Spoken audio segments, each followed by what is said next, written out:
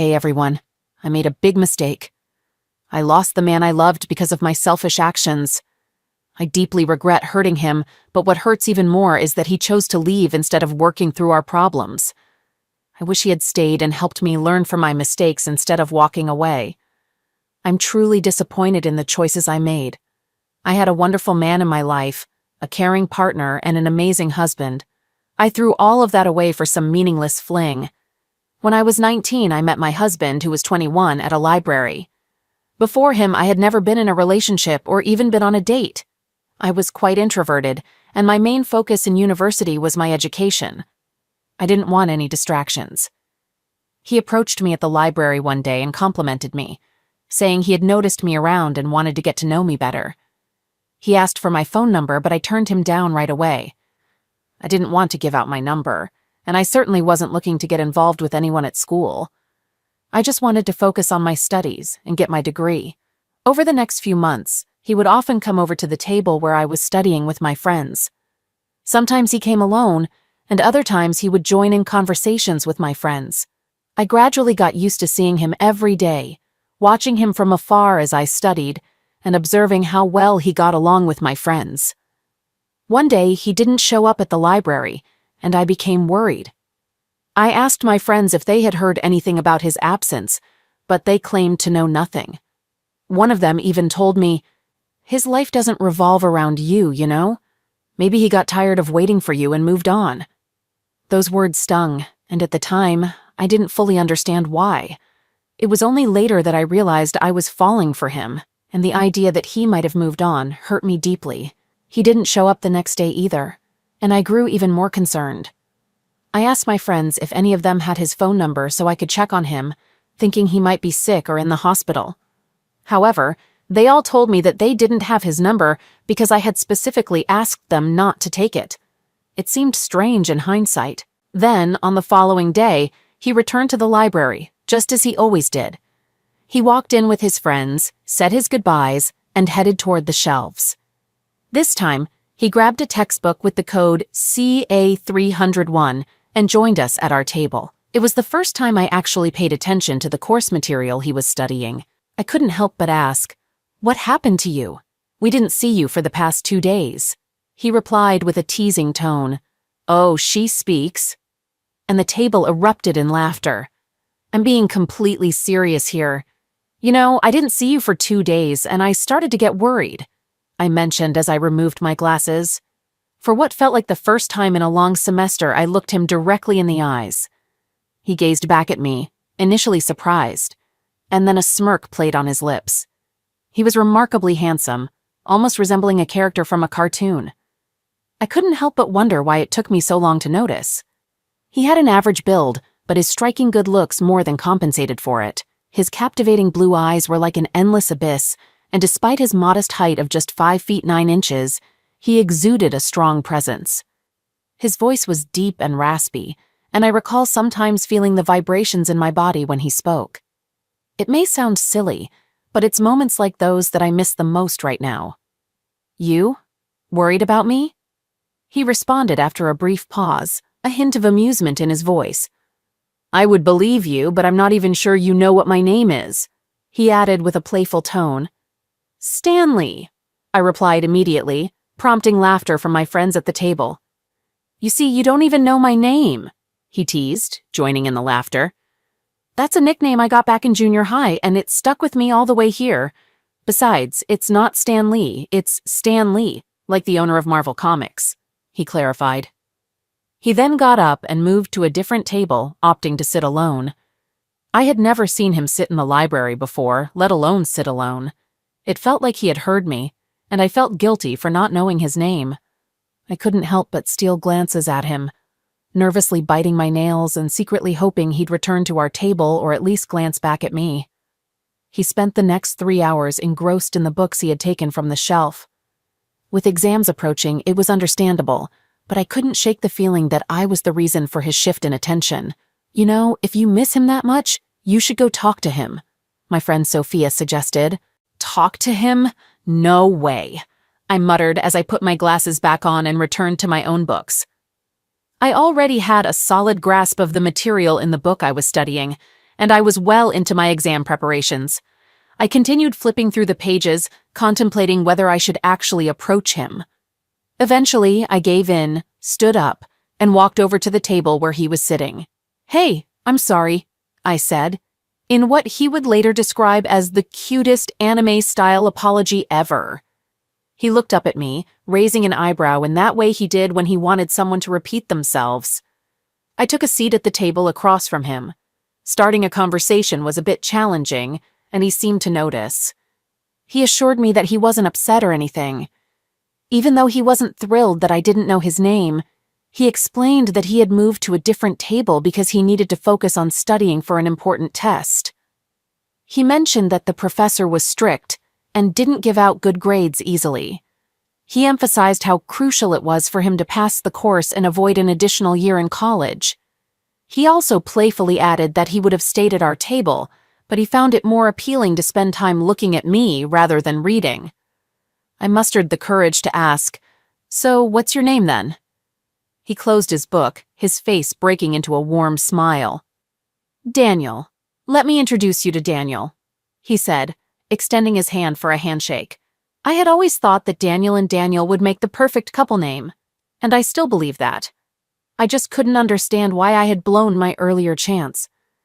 As I got up to leave, he reached for my hand, and I felt a jolt of excitement. "If you're not too busy tomorrow, I'd like to take you out after my test," he suggested. Deep down, I was thrilled that he asked me on a date. I knew that if he had asked earlier, I would have likely jumped at the chance. But now I was flustered, with butterflies in my stomach for this young man. Honestly, I wish I had a time machine. I would have done things differently. I would have listened to him more, put in more effort to make him happy, and been less selfish. But here I am, seeking some sort of sympathy from strangers as I cry and reminisce about the good times I shared with my Daniel. Our date went really well, and I thoroughly enjoyed his company. He had a great sense of humor and shared meaningful thoughts. He was charismatic, and I couldn't help but notice the jealous looks from other girls when they saw us together. During our date, he mentioned that he had been the runner-up for Mr. UCLA, and I couldn't help but think it was well-deserved because there were few guys better looking than him. Our relationship during our time at UCLA was like something out of a high school romance novel. He was always invited to parties, and when he attended, we walked hand in hand. We were inseparable and even earned the title of the most influential couple in his last semester at school, mostly thanks to him because no one really knew me before we started dating. He was my first everything. First date, first kiss, first love, and so on. However, I wasn't his first. He had experienced everything before except for getting married. He was patient with me, always taking the time to explain things I didn't understand and rarely getting angry. I made a foolish mistake. I constantly compared our sexual experiences, and I felt dissatisfied that he was the only one on my list. I wanted to have more experiences to brag about. I thought it was a rational idea to sleep with other people to level the playing field. Several months after we got married, I began discussing the idea of opening up our marriage. I had previously mentioned it, but his strong rejection made me fear I'd lose him if I pursued it. One day, I asked him what his reaction would be if we opened things up a bit. His straightforward response, "I'll leave without a second thought," infuriated me. I felt like he was unfairly restricting me, especially when he had his own adventures before we were together. I waited for a few more months and raised the topic again, but he gave the same unwavering answer. This convinced me to wait until after we got married, thinking he might see things from my perspective once we tied the knot. When we finally did get married, I decided to bring it up once more. I have to admit, it was selfish of me to marry him just so I could explore my sexuality without losing the man I loved. I believed that now that I had him, I could do as I pleased.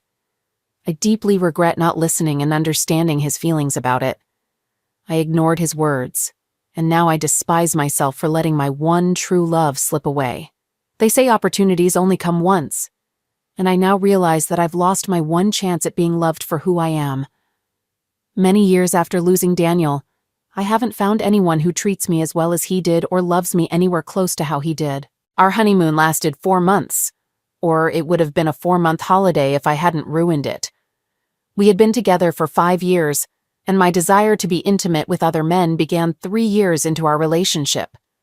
During our honeymoon, I had fantasies of being with someone else while my husband watched, which is something I deeply regret. There's often a temptation or motivator for committing terrible acts, and my motivation was a man named Tom. He was tall, standing at 6 feet 5 inches, and maintained a regular workout routine. He looked like a giant with strong muscles and always wore outfits that showcased the hours he spent in the gym. I'm relatively tall myself, standing at 6 feet 1 inch, so encountering someone who made me feel small was a unique experience. He was a new addition to my workplace and ended up being my superior in the hierarchy, which meant I had to report to him daily. He was in his 30s, older than my husband, or should I say my ex-husband. He had a very flirtatious demeanor, always soft-spoken as if he were trying to seduce me. Reporting to him every day became a challenge because I had to maintain professionalism while being incredibly attracted to him. Then one day, he asked me to go for drinks with him. I couldn't believe my ears. Was he hitting on me, or was he just being friendly? Did he have a genuine interest in me, or did he notice my attraction and want to take advantage of it? These thoughts swirled in my head.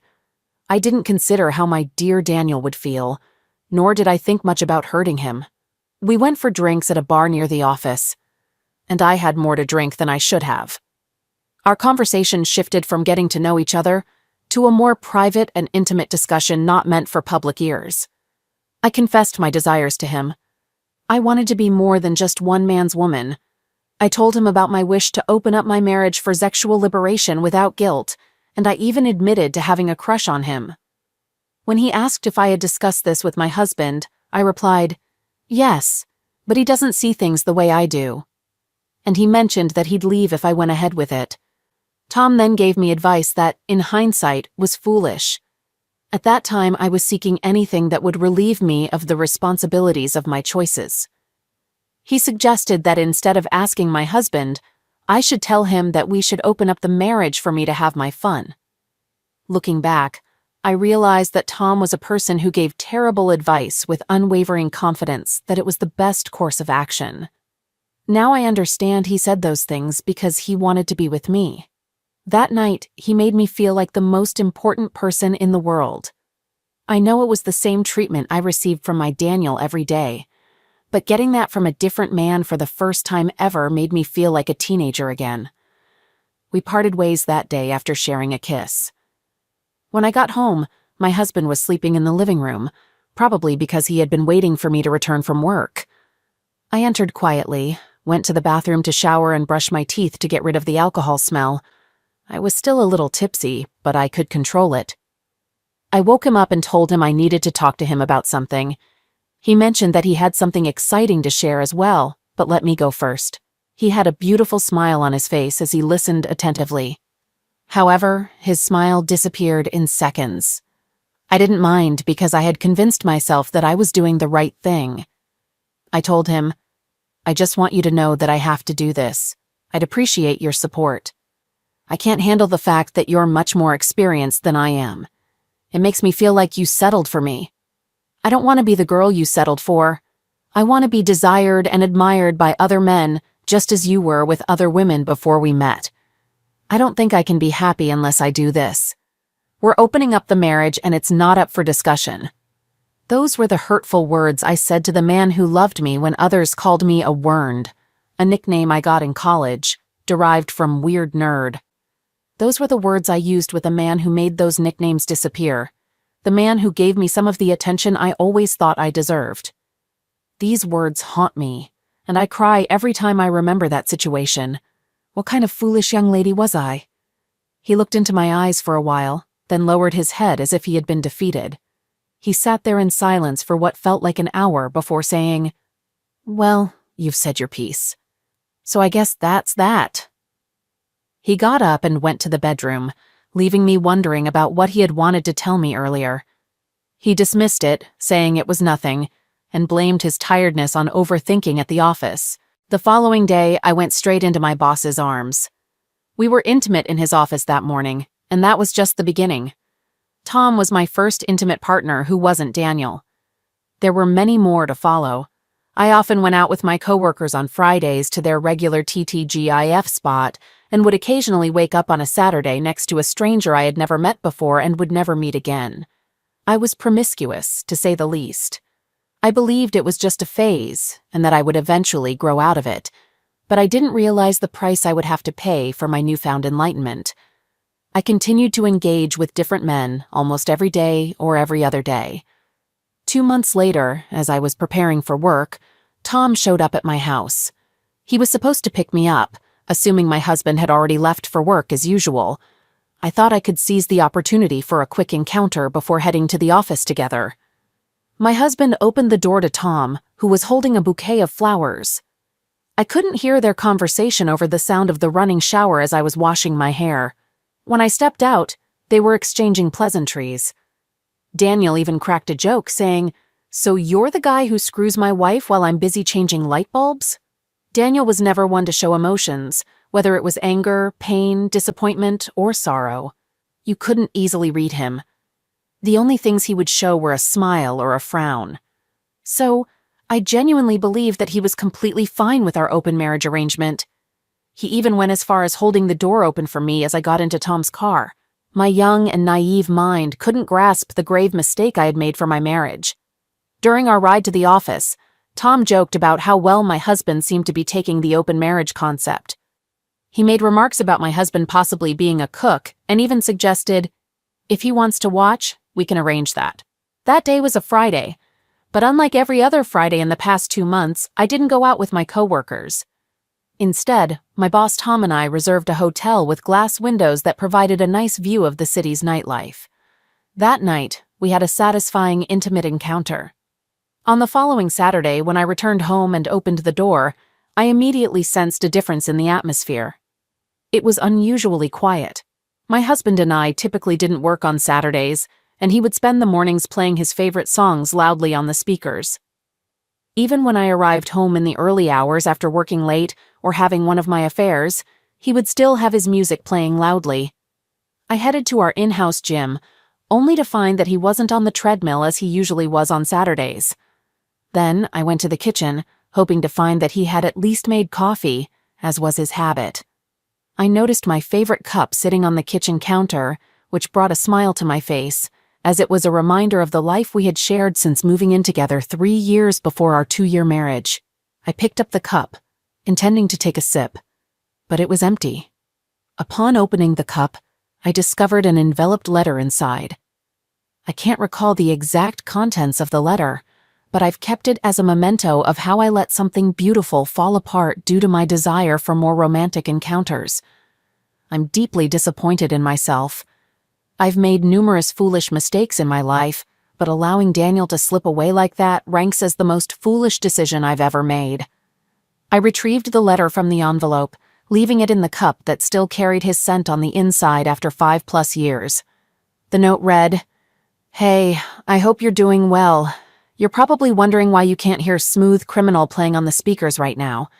By the time you read this, I will likely have arrived in South Africa. My company is launching a 5-year program to nurture the brightest computer-literate minds in Africa, and I'll be spending the next 5 years there. Don't worry, I haven't forgotten about your infidelity. When I return, we will begin divorce proceedings. I hope Tom's company and the other men you've been with were worth it. When you first mentioned it, I thought you were joking, but yesterday confirmed otherwise. I regret ever knowing you. If I could change one thing in my life, it would have been leaving the first time you said no. You're really not worth the pain you've caused me over the years, and I won't pretend otherwise. I don't hope for good things for you." Alongside the note, there was a flight ticket dated for Saturday, June 7th, 2014, and a passport with my name on it. On the back of the flight ticket, there was a message that said, "Remember the news I shared with you 2 months ago? This is it. My company is sponsoring both of us to stay in South Africa. They're even offering you a job."